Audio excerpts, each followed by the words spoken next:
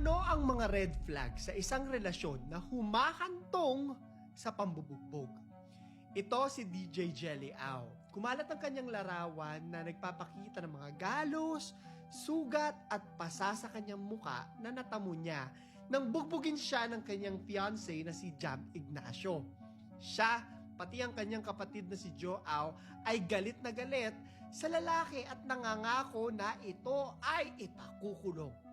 Nangyari daw ang pagbubugbog habang nasa expressway ang dalawa. Galing daw sila sa pakikipagkita sa kanilang mga kaibigan.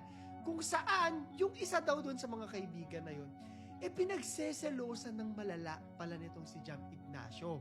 Pagsakay daw nila sa sasakyan, nagkaroon sila ng konfrontasyon at lumaki na ito ng lumaki at nauwi na nga doon sa pambubugbog na alam natin ngayon. Sa Pampanga daw.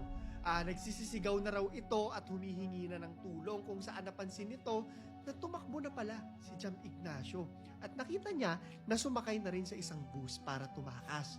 Inireport na ito ni Jelly Au sa NBI pero hanggang ngayon ay wala pa rin nakakaalam po kung nasaan si Jam Ignacio. Idiniin ni Jelly na grabe daw magselos ang kanyang fiancé. In fact, yung mga napakaliit na bagay daw, pinalalaki raw nito hanggang sa nag-aaway na sila na maaari nating sabihin talaga na isang red flag. Miski sa trabaho daw nito. Kung saan, syempre bilang isang DJ, maraming mga kumakaway sa kanya, maraming kumakausap sa kanya. Hindi naman ito maiiwasan pero grabe daw magselos yung kanyang fiancé kahit na trabaho pa ito.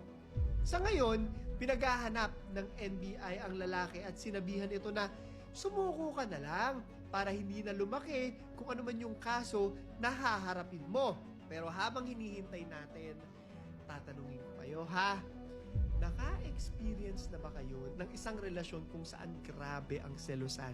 Selosan na nauuwi sa sakitan. Ano yung mga maliliit na red flags na nakita nyo dyan na masasabi nyo na dapat nakita nyo na nang sa gayon ay naiwasan sana ang isang mapang-abuso na relasyon? I-comment mo sa ilalim ang buong kwento ni DJ Jelly Au sa aking YouTube channel. See you 30s!